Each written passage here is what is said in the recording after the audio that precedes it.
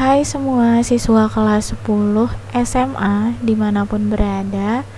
Di video kali ini akan dibahas mengenai materi pertama untuk kelas 10, yaitu tentang hakikat ilmu kimia. Kita langsung ya.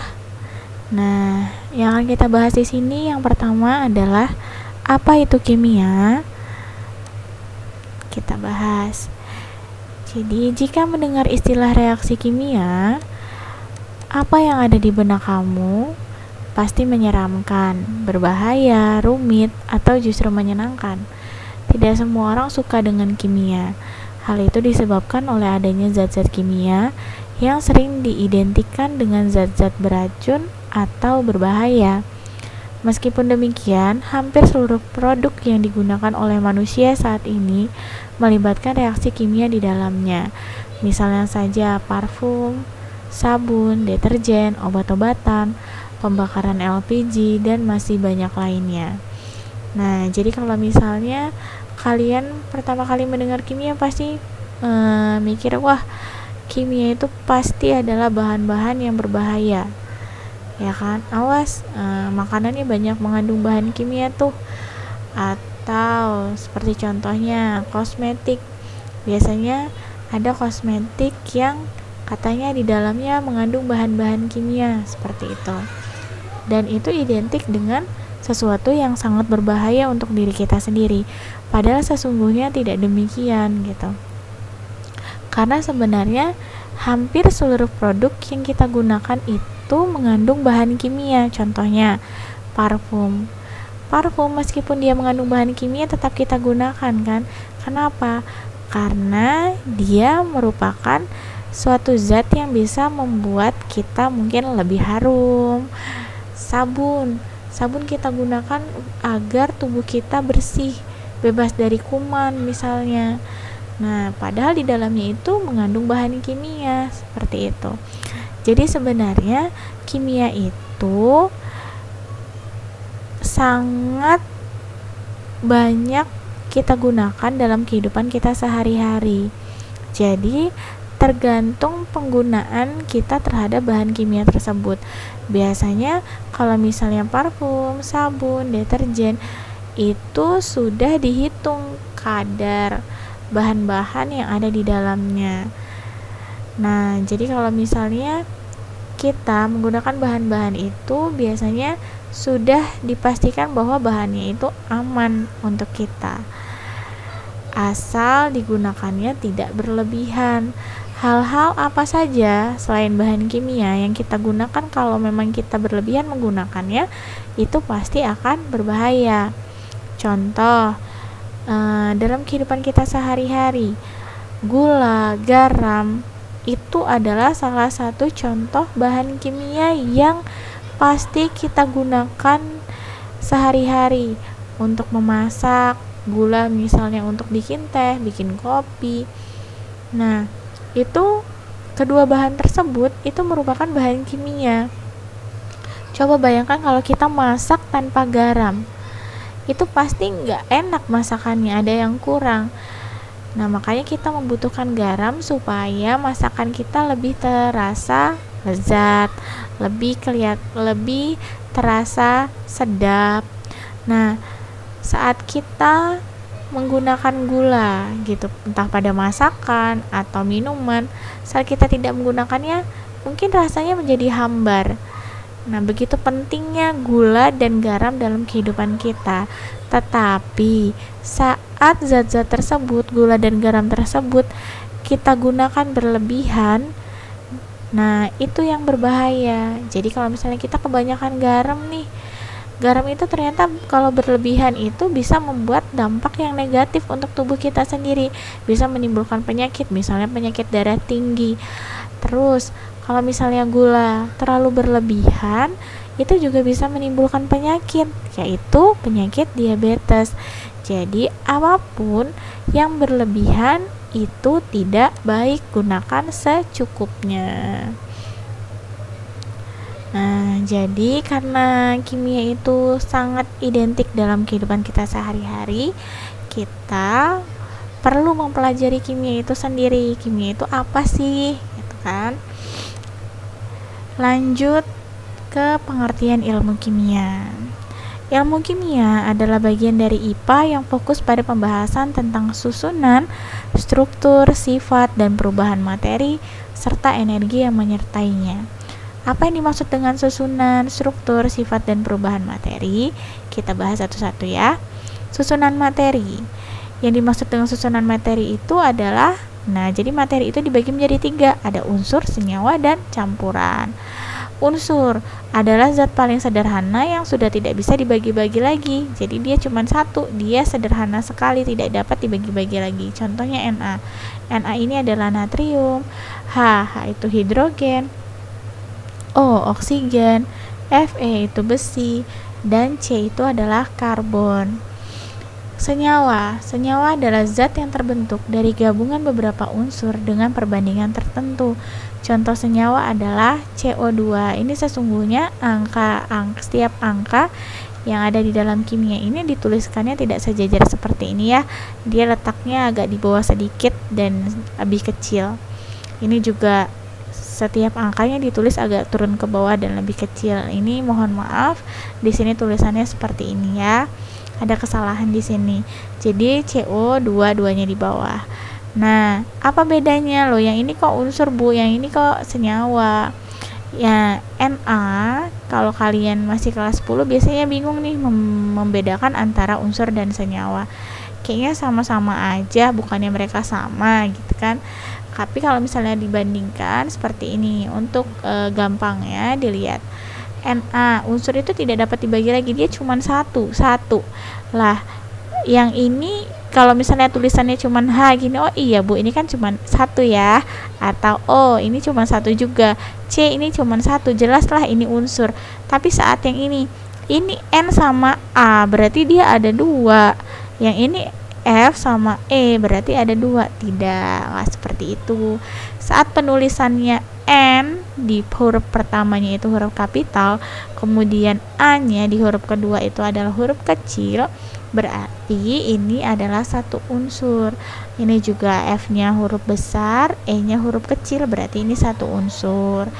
Ini CO2. Apa bedanya dengan senyawa penulisannya? Ini C-nya huruf besar, O-nya huruf besar. Jadi ini terdiri dari 2 unsur. Nah, senyawa itu kan zat yang terbentuk dari gabungan beberapa unsur, bisa 2 atau lebih. Jadi ini unsur C dan ini unsur O, dia sudah 2 unsur, berarti ini senyawa. Yang ini H2O, ini ada unsur H dan ada unsur O, berarti ini juga senyawa. Sedangkan yang ini ada berapa unsur nih? Dilihat, ini ada C-nya huruf besar, huruf keduanya huruf kecil. Oh, berarti ini Ca ini satu unsur, 1. Terus ini C-nya C besar, berarti satu unsur, karbon.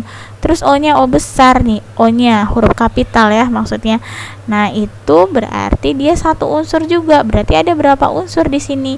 Ada unsur Ca, C, dan O. Berarti ada 3 unsur gitu.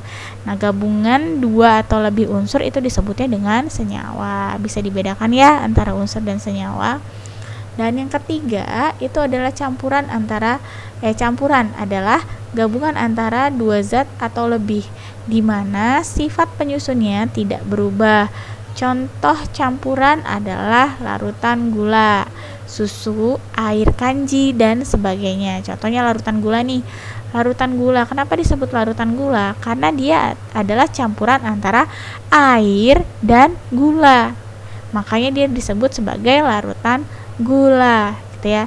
Air kanji berarti dia itu campuran antara air dan kanji. Kanji itu tepung kanji ya maksudnya. Lanjut ke susunan materi. Susunan materi menjelaskan tentang ikatan yang terjadi antar atom sampai terbentuk molekul unsur, molekul senyawa atau ion. Contoh molekul unsur adalah O, kalau satu aja dia unsur. Saat dia O2, setiap angka 2, maaf ya, ini 2-nya setiap angka harusnya tulisannya lebih kecil, letaknya agak di bawah.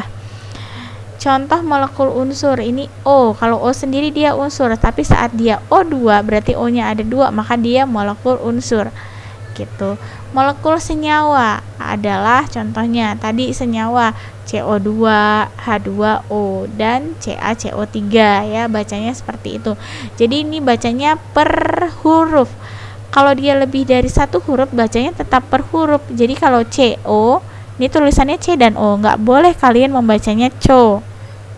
Atau ini dibacanya CaCO3, nggak boleh. Tapi harus dibacanya per huruf CaCO3. Yang ini CO2. Contoh ion adalah yang ketiga, contoh ion adalah Na+. Ini plusnya agak di atas.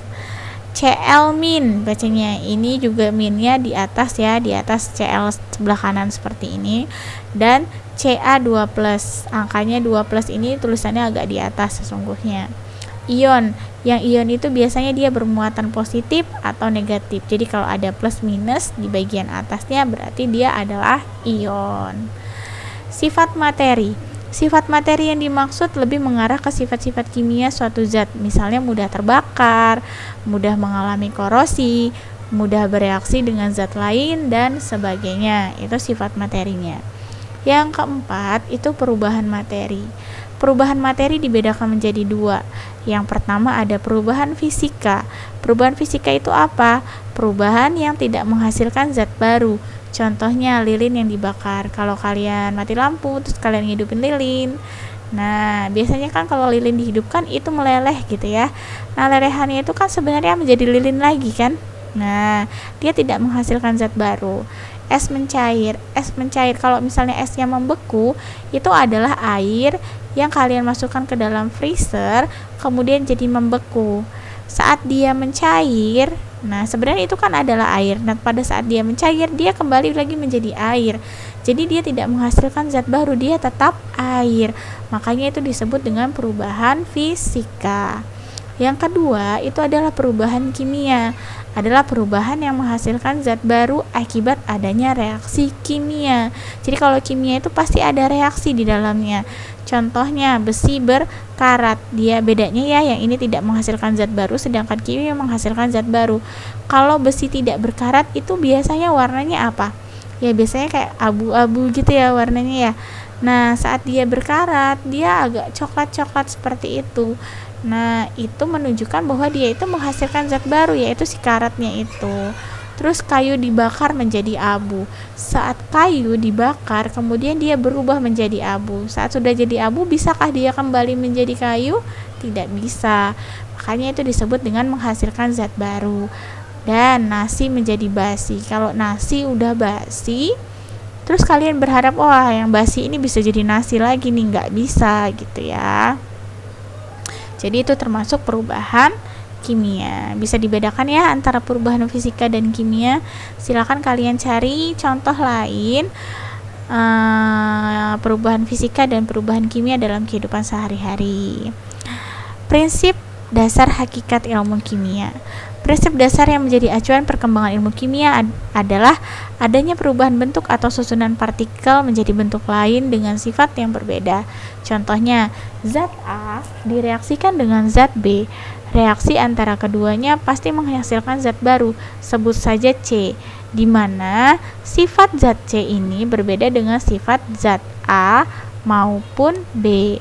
Jadi kalau misalnya perubahan kimia itu pasti ada yang berubah. Misal dari satu bentuk ke bentuk yang lainnya. Jadi kayak enggak ya gini, dari zat A tadi dibilang zat A direaksikan dengan zat B menghasilkan zat C. Nah, zat C ini tidak memiliki sifat si A dan si B lagi, tapi dia sudah membentuk sifat yang baru. Nah, itu disebut dengan perubahan kimia atau reaksi kimia.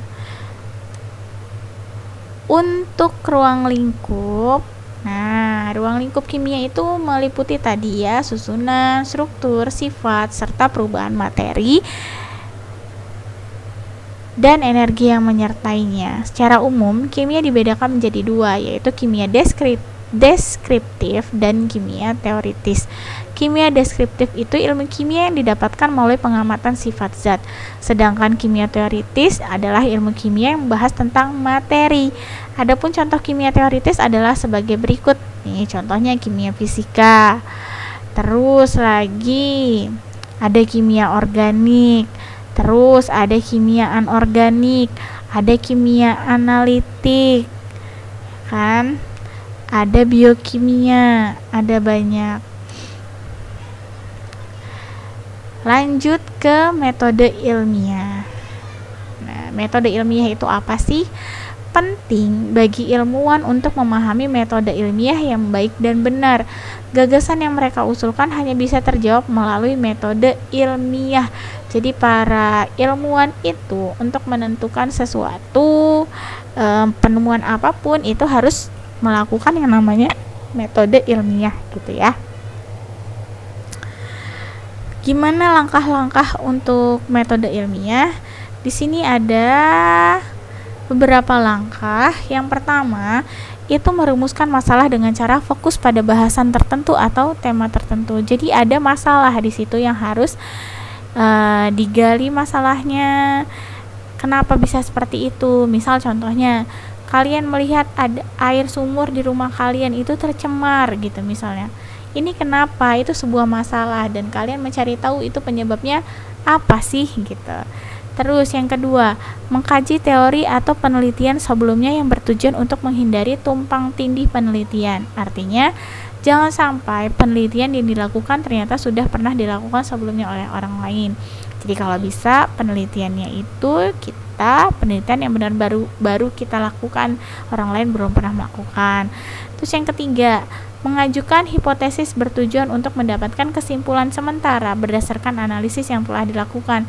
Jadi maksudnya mengajukan hipotesis itu, hipotesis sementara adalah jawaban sementara yang belum tentu benar. Jadi kalau misalnya kalian sudah punya masalah nih, kenapa air sumur saya tercemar, kenapa begini ya. Nah, kalian mengira dulu, oh mungkin karena letak sumurnya itu dekat dengan pembuangan sampah atau apa. Nah, padahal kalian belum meneliti sebenarnya apa, tapi sudah membuat hipotesis terlebih dahulu gitu. Jadi mengajukan hipotesis sementara. Terus yang keempat, melakukan eksperimen untuk menguji hipotesis. Nah, di sini baru melakukan eksperimen. Kalian melakukan percobaan-percobaan untuk menguji hipotesis yang kalian buat tadi di sini. Yang kelima, itu tahap mengumpulkan data. Setelah melakukan eksperimen, kalian mengumpulkan data. Data ini, data itu semuanya kalian kumpulkan di sini. Lalu yang keenam itu mengolah dan menganalisis data hasil penelitian. Jadi setelah dapat diolah terus dianalisis. Lalu yang ketujuh itu membuat kesimpulan. Jadi setelah kalian mengolah dan menganalisis itu membuat kesimpulan. Menarik, kesimpulan yang kalian bikin tadi di sini ada mengajukan hipotesis, manakah hipotesis yang benar, manakah hipotesis yang salah, berarti harus dibuang. Jadi yang sebenarnya kesimpulannya itu apa setelah kalian melakukan eksperimen dan mengumpulkan data. Nah, setelah membuat kesimpulan, kalian membuat laporan hasil penelitian dalam bentuk laporan ilmiah. Jadi itu yang biasanya dilakukan oleh para ilmuwan ya. Nah, hubungan antara ilmu kimia dan ilmu lain masuk ke sini. Jadi ada banyak ya hubungan kimia dengan ilmu lain. Yang pertama itu dalam bidang kedokteran. Ilmu kimia digunakan untuk mendiagnosa suatu penyakit. Teknologi rekayasa genetika dan radiologi. Bidang farmasi. Ilmu kimia dijadikan dasar dalam pembuatan obat. Iya dong. Jadi obat-obatan itu pasti mengandung bahan kimia kan ya. Tapi kita juga kadang membutuhkan obat untuk membuat kita sembuh dari suatu penyakit. Terus yang ketiga, bidang kriminologi. Contohnya proses visum, pemeriksaan urin dan sebagainya. Dalam bidang pertanian, ternyata kimia berfungsi sebagai dasar pembuatan pupuk, pestisida dan pemulihan tanaman. Yang kelima, bidang biologi. Nah, contohnya mempelajari reaksi-reaksi dalam tubuh makhluk hidup. Bidang seni. Ternyata dalam bidang seni juga ada kimianya. Untuk menentukan keaslian suatu lukisan, ternyata dibutuhkan ilmu kimia. Ada di bidang arkeologi untuk menentukan umur fosil melalui peluruhan inti radioaktif. Jadi begitu banyak kan ya hubungan kimia dengan unsur bidang-bidang yang lain. Terus lanjut, manfaat mempelajari kimia. Nah, seperti yang sudah dijelaskan di awal. Ya, jangan takut dengan kimia gitu. Karena kimia itu sesungguhnya sangat kita butuhkan dalam kehidupan kita sehari-hari. Nah, lihat manfaatnya. Yang pertama, memahami alam beserta prosesnya. Sebagai contoh, saat bernapas, oksigen akan masuk ke dalam tubuh. Di dalam tubuh, oksigen akan mengalami proses pembakaran agar dihasilkan energi. Yang kedua, memahami produk-produk yang berguna dalam kebutuhan sehari-hari. Contohnya deterjen, sabun, obat-obatan, dan sebagainya. Memahami berbagai jenis produk teknologi, contohnya pesawat terbang, mobil, kulkas, dan sebagainya. Wah, itu ternyata ada bahan kimianya juga. Yang keempat, memahami produk kimia yang dapat menimbulkan masalah. Contohnya DDT, CFC, unsur-unsur radioaktif, dan merkuri. DDT itu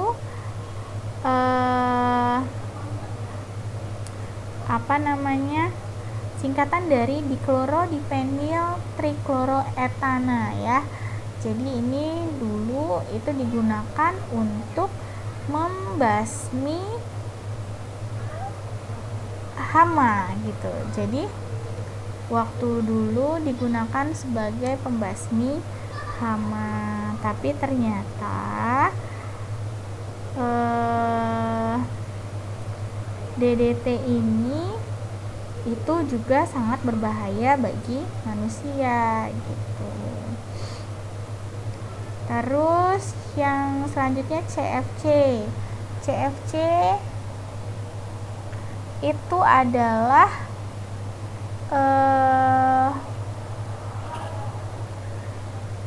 kita lihat ya, CFC itu kita lihat di sini biar kalian tahu. CFC itu adalah klorofluorokarbon. Nah, ini biasanya digunakan, sering kalian tahulah, AC, kulkas, itu dia mengandung CFC di dalamnya gitu, atau kalian mungkin lebih mengenalnya dengan sebutan gas freon. Tapi gas freon ini juga berbahayanya kenapa? Karena dia dapat menyebabkan kerusakan pada lapisan ozon, seperti itu ya. Nah, terus yang kelima itu memahami bahan-bahan kimia beracun. Contohnya adalah formalin. Formalin itu biasanya digunakan untuk mengawetkan mayat, tapi dengan orang-orang yang tidak bertanggung jawab itu digunakan untuk biasanya jadi mengawetkan bahan-bahan makanan, dan itu jadi berbahaya untuk tubuh kita. Selanjutnya, keselamatan kerja. Ya, kalau orang kimia itu biasanya banyak bekerja di laboratorium atau banyak melakukan praktikum di laboratorium. Nah, tata tertib di laboratorium itu harus dipahami. Kenapa? Ya, karena di dalam laboratorium itu banyak bahan-bahan kimia, ada yang berbahaya. Dan pastinya kita harus mengikuti tata tertib ini. Yang pertama, itu kita harus menggunakan jas laboratorium atau jas lab ya, kacamata pengaman dan sepatu tertutup. Yang kedua, membaca petunjuk praktikum dengan cermat. Jadi setiap kita melakukan praktikum itu dilihat dulu bahan-bahannya, prosedurnya seperti apa. Itu harus kita lihat dengan cermat. Terus tidak makan dan minum di laboratorium. Jangan sekali-sekali kalian membawa makanan atau minuman ke dalam laboratorium. Takutnya saat kalian makan atau makanan dan minuman itu tercampur dengan bahan kimia. Yang keempat itu mencuci tangan dengan sabun dan air bersih sebelum dan setelah praktikum. Yang kelima, tidak menggaruk kulit yang terkena bahan kimia. Nah, ini ya caranya. Nah, dia lagi melakukan praktikum. Jadi pakai jas lab, kacamata, harusnya pakai masker. Nah, seperti ini ya. pemakaian jas lab yang benar. Nah, bukan seperti ini ya. Yang benar adalah seperti ini, pakai sepatunya tertutup. Jangan seperti ini. Kenapa? Karena dikhawatirkan kalau ada bahan kimia yang tumpah itu tidak langsung mengenai kulit kita. Penggunaan bahan kimia. Hal-hal yang harus diperhatikan dalam menggunakan bahan-bahan kimia adalah bisa dibaca di bagian ini ya. Jangan menggunakan bahan kimia yang tidak jelas labelnya. Jangan menyentuh bahan kimia dengan tangan. Gunakan pipet untuk mengambil larutan. Dilarang memanaskan atau menguapkan cairan organik di tempat terbuka. Dilarang mencium aroma zat kimia secara langsung. Nah, karena dikhawatirkan bisa masuk ke dalam tubuh kita. Penanganan alat dan bahan kimia. Nih. Jika bahan kimia atau uap beracun telah memenuhi ruangan, segera lakukan evakuasi. Zat kimia yang tumpah di meja praktikum atau lantai harus segera dinetralkan sebelum dibersihkan. Untuk membaca tinggi larutan pada buret, posisi mata harus sejajar. Nanti tahu kalau saat kalian sudah praktikum. Mengambil bahan-bahan yang menghasilkan gas berbahaya harus dikerjakan di lemari asam. Jadi di dalam lab itu biasanya ada lemari asam. Bahan kimia yang diambil tidak boleh dikembalikan ke wadah penyimpanan. Jadi kalau kita udah ngambil, gak boleh lagi kita masukkan ke dalam wadah penyimpanan. Kalau tidak digunakan lagi ya silakan dibuang. Buangnya juga tidak boleh sembarangan ya. Alat-alat laboratorium. Masuk ke alat-alat laboratorium. Yang pertama, nah ini ada gelas kimia untuk menyiapkan larutan. Gelas kimia itu bentuknya yang bisa dilihat dari gambar di sini. Gelas kimia. Mana ya gelas kimianya? Nah, ini adalah gelas kimia. Labu Erlenmeyer itu untuk mereaksikan larutan dan titrasi. Jadi nanti ada proses titrasi kalau kalian praktikum. Nah, ini labu Erlenmeyer. Terus ada gelas ukur untuk mengukur volume larutan. Gelas ukur. Nah, ini adalah gelas ukur. Terus ada bunsen untuk memanaskan larutan. Kalian mungkin pernah lihat ini disebutnya dengan bunsen ya. Ini untuk memanaskan larutan. Terus ada buret digunakan untuk titrasi. Buret. Nah, ini buret. Terus pipet tetes untuk meneteskan atau mengambil larutan dalam jumlah kecil. Tadi ada pipet tetes yang nah, ini pipet tetes, terus tabung reaksi dan rak tabung reaksi. Sepertinya tidak ada di dalam gambar ini. Terus ada statif untuk menegakkan buret. Statif untuk menegakkan buret. Nah, dilihat gambarnya. Kita cari di sini. Nah, ini adalah statif untuk menegakkan si buret tadi ya. Lanjut. Simbol-simbol berbahaya pada bahan kimia. Inilah arti simbol yang biasa. Nah ya, yang pertama ada simbol eksplosif. Nah, ini simbolnya mudah meledak. Terus yang kedua, simbolnya mudah terbakar. Ini simbol mudah terbakar. Terus yang ketiga, simbol toksik atau beracun. Nah, seperti ini simbolnya, berarti dia toksik atau beracun. Yang keempat itu simbol korosif atau mudah berkarat. Nah, ini simbolnya. Kemudian simbol iritatif, mudah menyebabkan iritasi seperti ini. Jadi nanti di bahan-bahan kimia itu biasanya ada labelnya dan ditunjukkan simbol-simbolnya seperti ini. Kalau ada simbolnya silang seperti ini berarti dia mudah menyebabkan iritasi. Kalau ada simbolnya seperti ini di bahan kimianya, di botolnya atau di tempatnya atau di wadahnya berarti dia mudah berkarat. Seperti itu ya. Nah, untuk yang ini tugas itu bisa dibaca ya. Kemudian kalian kerjakan dan tulis di komentar YouTube ini ya. Ada 1, 2. Jelaskan 3 peranan ilmu kimia di kehidupan sehari-hari. Yang kedua, tuliskan zat-zat kimia yang terdapat pada 5 macam produk yang ada di sekitarmu. Tuliskan manfaat dan dampak negatif dari zat-zat kimia tersebut. Itu untuk tugas yang pertama. Selamat mengerjakan. Semoga videonya bermanfaat ya.